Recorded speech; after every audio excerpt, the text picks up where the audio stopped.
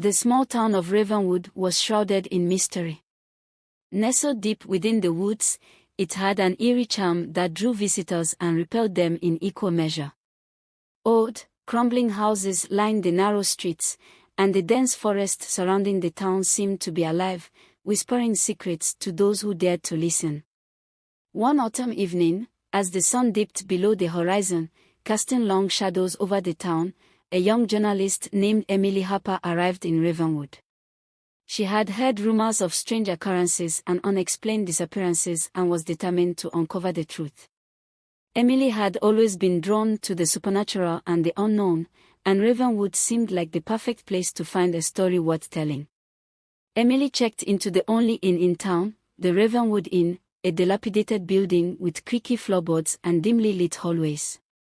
The innkeeper, an old woman named Mrs. Whittaker, greeted her with a weary smile. "You're brave to come here, dear," Mrs. Whittaker said, handing Emily the key to her room. "Many have come before you, but few stay long. The shadows have a way of whispering things best left unheard." Emily, intrigued and undeterred, thanked Mrs. Whittaker and made her way to her room. That night, as she lay in bed, she heard faint whispers outside her window. They seemed to be calling her name, beckoning her into the forest. She shook off the feeling and resolved to start her investigation the next morning. The following day, Emily visited the town library, a dusty old building filled with ancient books and forgotten knowledge. The librarian, Mr. Collins, was a reclusive man with a vast knowledge of the town's history. Emily approached him, eager to learn more. "Mr. Collins, I'm Emily Harper, a journalist. I've heard about the strange occurrences in Ravenwood and would like to know more about them." Mr. Collins peered at her over his spectacles. "Oh, yes. The town's history is riddled with tales of the supernatural. People have disappeared, voices are heard in the night, and shadows move on their own. But beware, Miss Harper, the truth you seek may not be what you expect." Emily spent hours poring over old records and newspaper clippings. She discovered that the strange occurrences in Ravenwood dated back centuries. The town was built on the ruins of an ancient settlement, and legend spoke of a powerful artifact hidden deep within the forest, a stone that could control the shadows. As dusk fell, Emily decided to explore the forest. Armed with a flashlight and her notebook, she ventured into the woods. The trees loomed overhead, their branches twisting like gnarled fingers. The whispers grew louder, and the shadows seemed to come alive, dancing in the periphery of her vision. She followed a narrow path, the whispers guiding her deeper into the forest. Suddenly, she stumbled upon an old, abandoned cabin. Its windows were shattered, and the door hung loosely on its hinges. Curiosity getting the better of her, Emily pushed the door open and stepped inside. The air was thick with dust and decay. As she explored the cabin, she found a hidden trapdoor beneath a threadbare rug. With great effort, she pried it open and descended a rickety ladder into a dark cellar. Her flashlight flickered, casting eerie shadows on the walls. In the center of the cellar was a stone altar, and on it lay a strange, glowing stone. Emily's heart raced as she approached it. The whispers grew deafening, urging her to take the stone. She reached out, her fingers inches away from it, when a cold hand grasped her shoulder. Emily spun around, her flashlight revealing a gaunt, ghostly figure.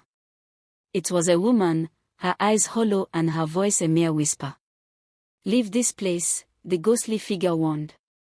"The stone holds great power, but it comes at a terrible cost. It is the source of the shadow's whispers and the reason for the town's curse." Emily hesitated, the weight of the ghost words sinking in. She knew she had to make a choice. Ignoring the warning could mean uncovering a great story, but at what cost? Summoning her courage, Emily backed away from the altar. "I won't take it," she said firmly. "But I will find a way to end this curse and bring peace to Ravenwood." The ghostly figure nodded, a faint smile appearing on her face. "You have chosen wisely. seek out the keeper of the forest. He knows how to destroy the stone." With that, the figure vanished, and Emily quickly climbed back up the ladder. She exited the cabin and made her way back to the inn, determined to find the keeper of the forest. The next morning, Emily asked Mrs. Whittaker about the keeper. The innkeeper's eyes widened in surprise.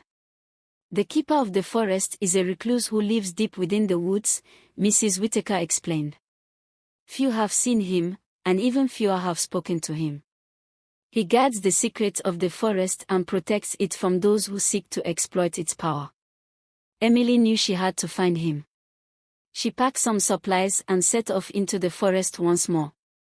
The journey was arduous, the forest seeming to resist her passage with every step.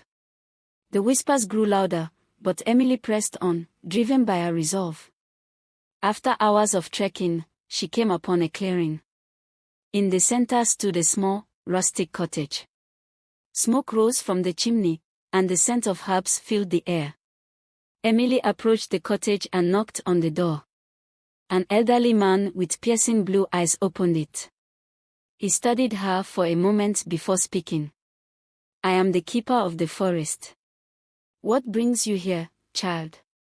Emily explained her quest and the encounter with the ghost.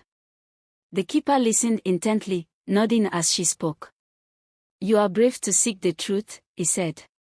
"The stone you found is indeed powerful, but it must be destroyed to lift the curse from Ravenwood. Follow me." The keeper led Emily to a hidden grove deep within the forest. In the center was a natural spring, its waters shimmering with an ethereal light. "This spring is the heart of the forest," the keeper explained. "It has the power to neutralize the stone. Place the stone in the water, and the curse will be broken." Emily returned to the cabin, her determination unwavering. She retrieved the stone from the cellar and brought it back to the spring. With a deep breath, she submerged the stone in the water. The whispers ceased, and the shadows retreated as if banished by an unseen force. A sense of peace settled over the forest. The keeper smiled, his eyes twinkling with gratitude. "You have done a great service for Ravenwood, Emily. The town will prosper once more, free from the curse." Emily returned to Ravenwood, where the townspeople celebrated her bravery. The once gloomy town was now filled with hope and light. She wrote her story, detailing her journey and the truth behind the whispers and shadows. It became a sensation, drawing visitors from far and wide to the now thriving town of Ravenwood. And though the whispers were silenced and the shadows banished, the tale of Emily Harper and the Whispering Shadows became a legend, reminding all who heard it of the power of courage, determination, and hope.